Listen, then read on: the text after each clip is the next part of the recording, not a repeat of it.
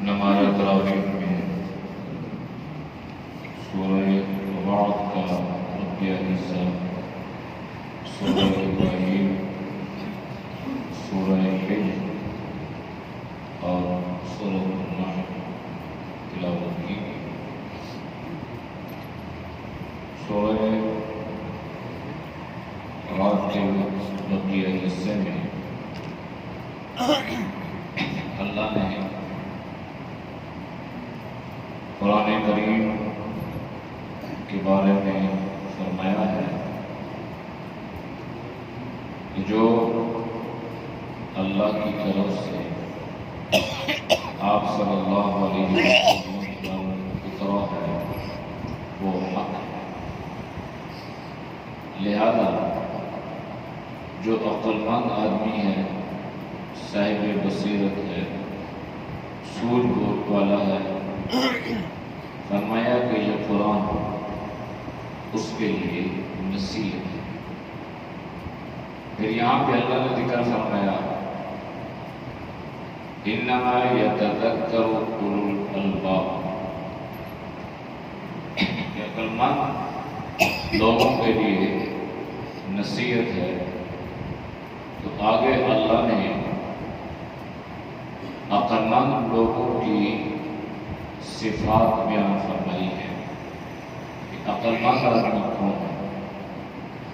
فرمایا وہ لوگ ہیں جو اللہ سے کیے ہوئے عہد کو پورا کرتے ہیں اور اس عہد کو توڑتے نہیں۔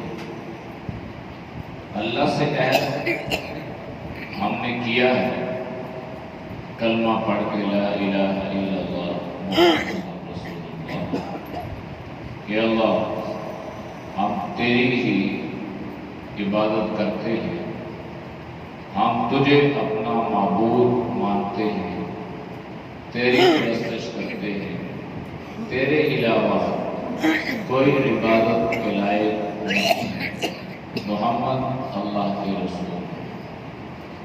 تو اس میں ہم نے اللہ سے دو باتوں کا عہد کیا ہے۔ ایک یہ کیا ہے کہ اللہ کے احکامات پر ہم عمل کریں گے، اور دوسرا عہد یہ ہے کہ نبی علیہ السلام کی تعلیمات پر عمل ہوگا۔ تیسری صفت یہ بیان کی ہے والذین یصلون ما امر اللہ، جس چیز کو اللہ نے ملانے کا حکم دیا ہے وہ ملاتے ہیں۔ اللہ نے انسان کو اس چیز کا حکم دیا ہے، انسان اپنے دل میں محبت پیدا کرے اور انسان انسانیت کا احترام کرے، انسان انسانیت کی حدود میں رہے۔ انسان جب انسانیت کی حدود سے نکلتا ہے تو پھر ظاہراً تو یہ انسان نظر آتا ہے، لیکن اللہ کی نظروں میں وہ انسان نہیں کہلاتا، بلکہ اولئک کالانعام بل هم اضل، یہ جانوروں سے بھی زیادہ بدتر ہو جاتا ہے۔ تو اللہ نے ان چیزوں کو ملانے کا حکم دیا اور بالخصوص شریعت اسلامی رشتہ داری کو ملانے کا حکم دیتی ہے۔ آپ نے ارشاد فرمایا صل من قطعک، جو آپ سے توڑتا ہے آپ سے جوڑے گا۔ یعنی اسلام جوڑ کو پسند کرتا ہے، توڑ کو پسند کرتا ہے۔ یہاں تک کہ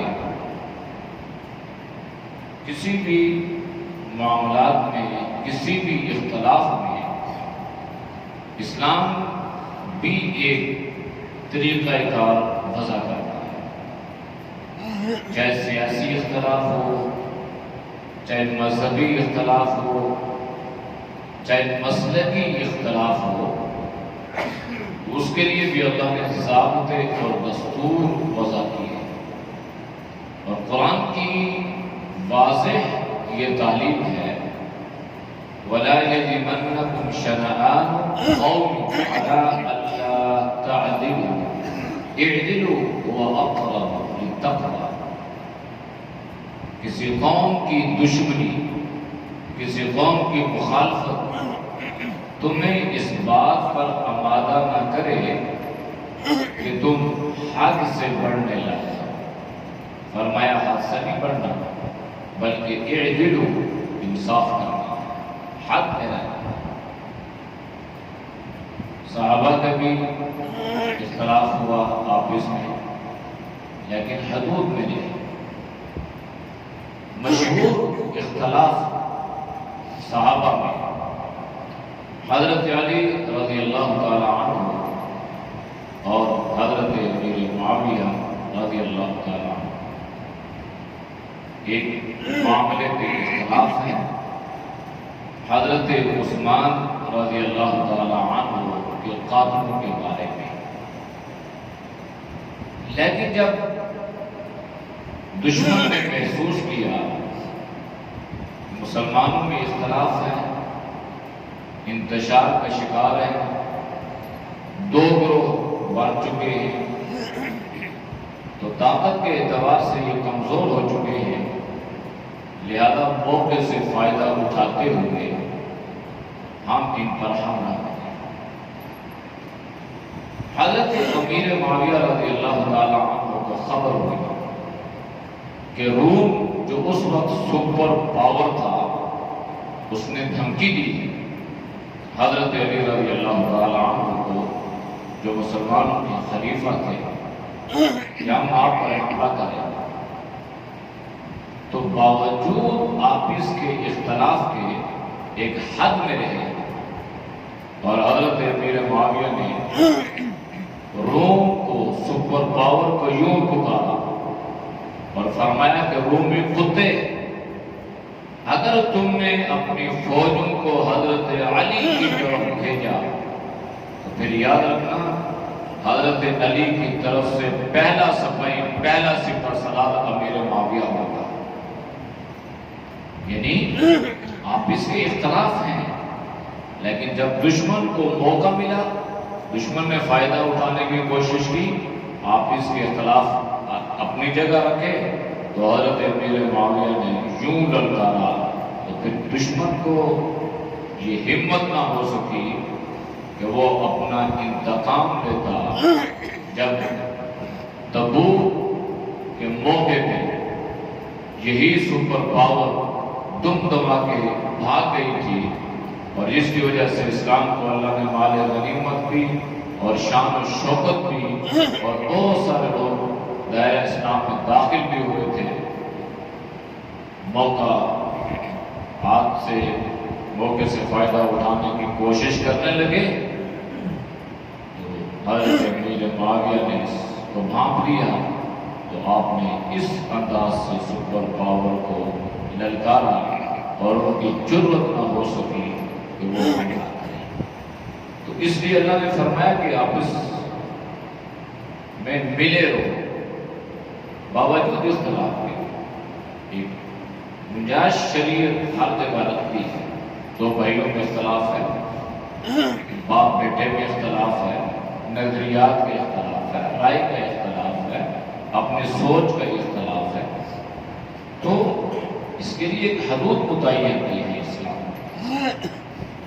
حضرت ابراہیم رضی اللہ تعالیٰ، حضرت ابراہیم علیہ السلام اپنے باپ سے اختلاف کرتے ہیں، اختلاف ہے، رائے کا اختلاف ہے، عقیدے کا اختلاف ہے، نظریے کا اختلاف ہے، اور بہت بڑا اختلاف اور بہت بڑا فرق ہے۔ باپ مشرک ہے، بت پرست ہے، اور حضرت ابراہیم توحید کے عالم بردار ہیں، توحید کے داعی ہیں، ایک اللہ کی طرف بلانے والے ہیں۔ باپ کے کاروبار میں بھی عزت بڑھ رہی تھی، چونکہ وہ بت فروش تھا۔ تو حضرت ابراہیم علیہ السلام اختلاف کے باوجود جب اپنے باپ کو دعوت دیتے ہیں تو فرما رہے یا ابتی انی قد جاءنی من العلم یا ابتی لا تعبدوا الشیطان. یہ سمجھا رہے ہیں کہ اے ابا شیطان کی بندگی مت کرو، میرے پاس علم آ چکا ہے. تو یہ سمجھاتے تو باپ ان کو دوسرے الفاظ سے پکارتا ہے. چاہیے تو یہ تھا کہ جیسے حضرت ابراہیم کہہ رہے ہیں، فرما رہے ہیں یا ابتی یا میرے باپ، تو باپ بھی کہہ رہے ہیں یا میرے بیٹے. لیکن باپ نے کیا کہا؟ باپ نے کہا یا ابراہیم، اے ابراہیم، اگر تو اپنی ان حرکتوں سے باز نہیں آئے گا اور ایک اللہ کی طرف بلانا نہیں چھوڑے گا تو سن لے، میری طرف سے یہ اعلان ہے کہ میں تجھے سخت قسم کی سزا دوں گا، تجھے سنسار کروں گا یا تجھے اپنے وطن سے نکال دوں گا. تو حضرت ابراہیم نے اتنی بڑی ان کی باپ کی اختلاف کے باوجود فرمایا اے میرے باپ، میں تیرے لیے اللہ سے استغفار ہی کرتا ہوں.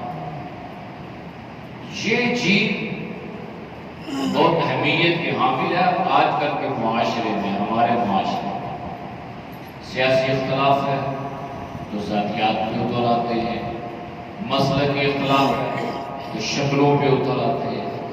شکل تو انسان کی اللہ نے بنائی ہے، انسان نے نہیں بنائی. کوئی کالا ہے، کوئی گورا ہے، کوئی سفید ہے، کوئی کیسا ہے، کوئی کیسا ہے، پتلا ہے، کوئی موٹا ہے، کمزور ہے. یہ اللہ نے بنایا ہے انسان کو. انسان خود اپنی مرضی سے بنا نہیں ہے.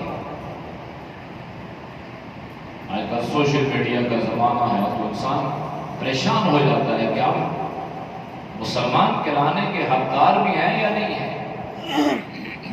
اس قدر لفظیات اور اس قدر بیہودہ باتیں ایک دوسرے کے خلاف کی جاتی ہیں کہ انسان سوچ نہیں سکتا. ماں بہن کی گالی دی جاتی ہے. جناب نوح علیہ السلام کا نام نوح نہیں تھا. حضرت نوح علیہ السلام کا نام عبد الغفار تھا. نوح کا معنی ہے نوحہ کرنے والا، بہت رونے والا. تو حضرت نوح علیہ السلام گزر رہے تھے، ایک کتا آپ کے پاس سے گزرا. تو اس کتے کو کوڑ کی بیماری تھی. تو حضرت نوح علیہ السلام نے ضمناً اس کتے کو یوں کہہ دیا کہ دیکھو اس کو کوڑ کی بیماری ہے. حقارت سے کتا ہے. تو اللہ نے اس کتے کو زبان دی، قوت گویائی دی، اور وہ کتا حضرت نوح علیہ السلام سے پوچھنے لگا ہے پیغمبر یہ بتاؤ کہ مجھے کتا کس نے بنایا؟ میں اپنی مرضی سے بنا؟ اللہ نے بنایا. یہ بتاؤ کہ یہ بیماری مجھے کس نے دی ہے؟ میں اپنی مرضی سے بیمار ہوں؟ فرمایا نہیں، اللہ نے بیمار کی ہے. تو وہ کتا حضرت نوح علیہ السلام سے کہنے لگا کہ آپ نے میرے اوپر نہیں، میرے رب کے اوپر تنقید کی. حضرت نوح علیہ السلام کو اپنی اس بات کا اتنا احساس ہوا، آپ اس بات پہ اتنا روئے کہ آپ کا نام بھی نوحہ کرنے والا پڑ گیا. یہ ساری چیزیں انسانیت سکھلاتی ہیں، تہذیب سکھاتی ہیں، یہ تربیت کرتی ہے کہ باوجود اختلاف کے انسان کیا کرے. ما امر اللہ بہ ان یوصلا، اللہ نے فرمایا کہ دل اللہ نے آپس میں مربوط رکھے ہیں، ایک دوسرے سے ملے ہوئے ہوں. تو اللہ نے اس چیز کا حکم دیا ہے. عقل مند آدمی بھی باوجود اختلاف کے، باوجود نظریات کے، وہ کیا کرتا ہے؟ وہ اس چیز کو ملاتا ہے جس کو اللہ نے ملانے کا حکم دیا ہے. وَيَخْشَوْنَ رَبَّهُمْ، اپنے اللہ سے ڈرنا ہے. کسی سے نہیں ڈرنا. اس کے ذہن میں یہ بات سوال رہتی ہے کہ میں، اللہ نے مجھے پیدا کیا اور اللہ کے پاس میں نے جانا ہے اور اللہ ہی کو میں نے حساب کتاب دینا ہے. لہذا اللہ سے ڈرتا ہے.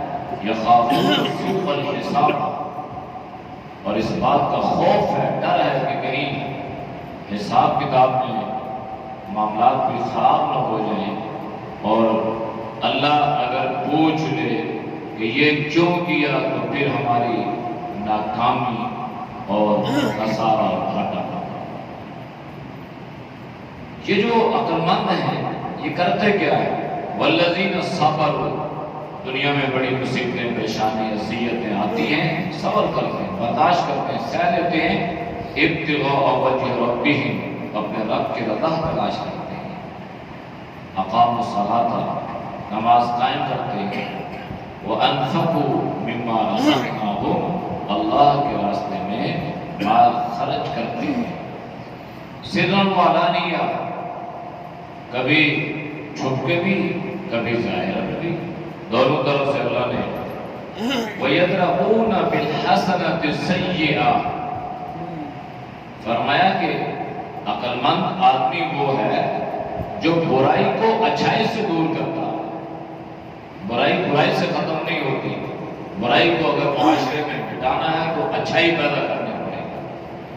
بد اخلاقی کا جواب اخلاق سے، بد تہذیبی کا جواب تہذیب سے، بدتمیزی کا جواب تمیز سے، اور گالی کا جواب دعا سے کرنا۔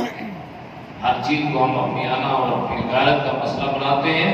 نبی کریم صلی اللہ علیہ وسلم سے غیور نہ دنیا میں پیدا ہوا نہ قیامت تک پیدا ہوا، کیونکہ اللہ کے نبی نے ان لوگوں کو دعائیں نہیں دی جن لوگوں نے آپ کو پتھر مارے، راستے میں کانٹے بچھائے اور آپ کو تانے دیے، برے برے نام لیے، بد اخلاقی کا مظاہرہ کیا، لیکن نبی علیہ السلام کو اللہ نے امت کے لیے نمونہ بنایا تھا۔ کہیں پر بھی آپ نے بد اخلاقی کا جواب بد اخلاقی سے نہیں کیا، آپ نے دعائیں فرمائی، آپ نے ہدایت کی دعا کی۔ تو آپ صلی اللہ علیہ وسلم غیور ہیں، غیرت مند ہیں، لیکن رویہ آپ صلی اللہ علیہ وسلم کا یہ رہا، کسی بات کو انا کا مسئلہ نہیں بنایا، بندہ یہ کہ یہ میری غیرت کا مسئلہ نہیں۔ غیرت ہماری شریعت کے متصادم ہو تو یہ غیرت غیرت نہیں ہے، شریعت کے منافی ہو تو یہ غیرت غیرت نہیں ہے۔ غیرت یہ ہے کہ جناب نبی کریم صلی اللہ علیہ وسلم کی تعلیمات پر عمل ہو۔ تو اللہ نے اہل ایمان اور عقل مند لوگوں کی یہ صفات بیان فرمائی ہے کہ وہ لوگ برائی کو اچھائی سے دور کرتے ہیں۔ اگر یوں کر لیں گے تو فرمایا کہ ان کا جو گھر ہوگا، ان کا جو ٹھکانہ ہوگا عقبۃ الدار، بہت بہترین ٹھکانہ ہوگا، آخرت کا جو گھر ہوگا بہترین گھر ہوگا۔ اللہ انہیں جنت عطا فرمائے گا اور جنت کی نعمتیں ملیں گی۔ جب جنت میں داخل ہو جائیں گے تو اللہ کے مقربین فرشتے ان پر داخل ہوں گے، ہر طرف سے آئیں گے اور کیا کہیں گے؟ سلام علیکم بما صبرتم فنعم عقبی الدار، بہت صبر کیا تم نے دنیا میں، برداشت کیا نا، لوگوں نے تانے دیے تو برداشت کیا، لوگوں نے گالیاں دی تو برداشت کیا، لوگوں نے بد اخلاقی کا مظاہرہ کیا تو برداشت کیا، لوگوں نے مختلف قسم کے القابات سے نوازا تو برداشت کیا۔ فرمایا دنیا میں صبر کرتے رہے ہو، اس وجہ سے تمہارے اوپر سلام بھی ہو اور یہ ملائکہ رش کریں گے فنعم عقبی الدار، کیا یہ خوبصورت اللہ نے تمہیں ٹھکانہ عطا کر دیا ہے۔ تو یہ قرآن ہماری رہنمائی کر رہا ہے۔ یہ سورہ ابراہیم میں اللہ نے اس کا ذکر یوں فرمایا کتاب انزلناہ الیک لتخرج الناس من الظلمات الی النور، اس کتاب کے ذریعے سے اللہ کیا کرتا ہے؟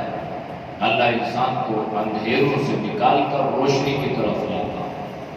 تو تب ہم روشنی کی طرف آئیں گے جب اس قرآن کو اپنا رہنما مانیں گے، اس کو اپنا مقتدا تسلیم کریں گے، اس کی تعلیمات پہ عمل کریں گے، تو یہ ہر طرح کے اندھیروں سے، ہر طرح کی جہالتوں سے، ہر طرح کی حماقتوں سے یہ ہماری رہنمائی کرے گا اور یہ ہمیں بتلائے گا کہ ہدایت کا راستہ کون سا ہے، علم کا راستہ کون سا ہے، نور کا راستہ کون سا ہے، خیر کا راستہ کون سا ہے۔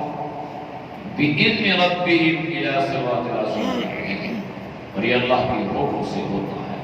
اس لیے انسان کو اپنے اعمال کا جائزہ لینا چاہیے، ہر اعتبار سے اپنے آپ کو قرآن کی تعلیمات کے سانچنے میں ڈالنے کی کوشش کرنی چاہیے، اور جتنے بھی اختلافات ہوں ان کو حدود کے اندر رہ کے، تہذیب کے دائرے میں رہ کے جو ہے اپنے اختلافات کو رکھنا چاہیے۔